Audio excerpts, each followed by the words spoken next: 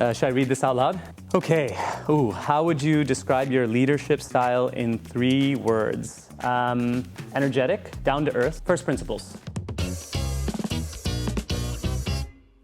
My name is Bhavik Vashi, Managing Director at Carta for Asia Pacific, Middle East, and Africa. And one fun fact that I don't think very many people know about me at all is that I lived in Barcelona for 6 months when I was in college.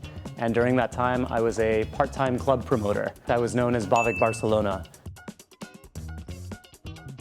The problem we're trying to solve is pretty simple. We want to make private markets operate more like public markets. So if you think about the infrastructure that's built for public markets, that makes them liquid, transparent, accessible. None of that exists in private markets. And so we're building software that is purpose-built for private markets to help companies connect to investors, connect to institutional LPs, and effectively track, transact, value all of their assets in private capital on a single platform. Currently in this industry, it's dominated by service providers, providing these services, accounting, compliance, legal advice, tax advice. We're transforming that through technology. Real-time, 100% accurate data, and that allows them to make better decisions. There's a shifting world order happening. Half of the world's private capital actually is operated and transacted in Asia, and that's really exciting opportunity for us. Unfortunately, tools and technology lag behind the ambition of the investors as well as the innovators here, and so we're hoping we can bridge that gap through our infrastructure. Before Singapore, Carta had no international presence. And so we did an analysis of many different locations globally and from various different vectors, whether it was the ease of doing business, the regulatory progression and stability, quality of life for the employees. Ultimately, Singapore just ended up being number 1 on our list. It's geographically perfectly located right in the center. Fundamentally, you've got a supportive government. As a business, this is all you can ask for.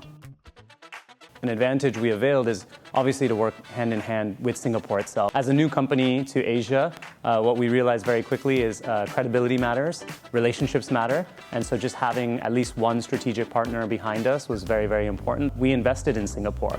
So many times when you expand, you set up a small team, maybe 2 or 3 people, you see what you can sell. We made a bit of a bigger bet. From day one, we established a legal entity, we set up the office, and very quickly we had 10 or 15 people on the ground here.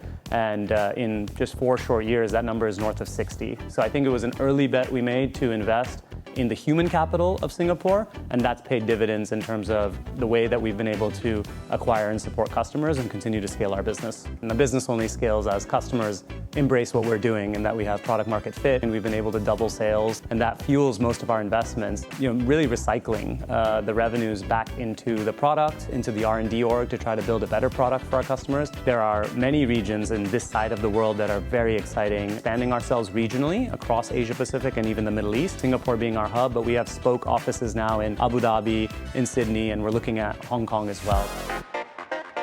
If you could teleport to any place in the world right now, I would teleport to New York for a couple of reasons. One, my brother lives there. I'd love to see him. And second, the weather is great in the fall. Imagine you have the power to solve one global issue. Which issue do you tackle and how? Hunger is probably the obvious one, but I'm going to go with education. I think education is the one thing that could level the playing field and really make life a meritocracy, which I think is a noble cause to pursue.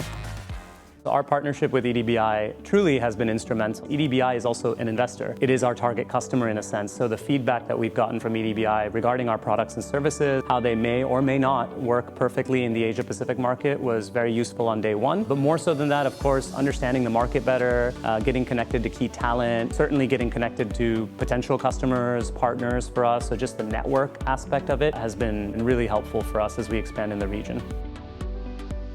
So we've always looked at founders and we've always looked at fund managers. The new node that we're moving to is actually LPs, institutional investors, as well as family offices. I think very soon you'll see Carta expand across all alternative assets, whether that be private credit, real estate, etc. So we're really expanding our ambition to cover all private capital, all private markets. And I think that's going to be a really exciting next chapter for us. And it only increases the size of the opportunity here in Asia Pacific, as well as across the Middle East and Africa as well.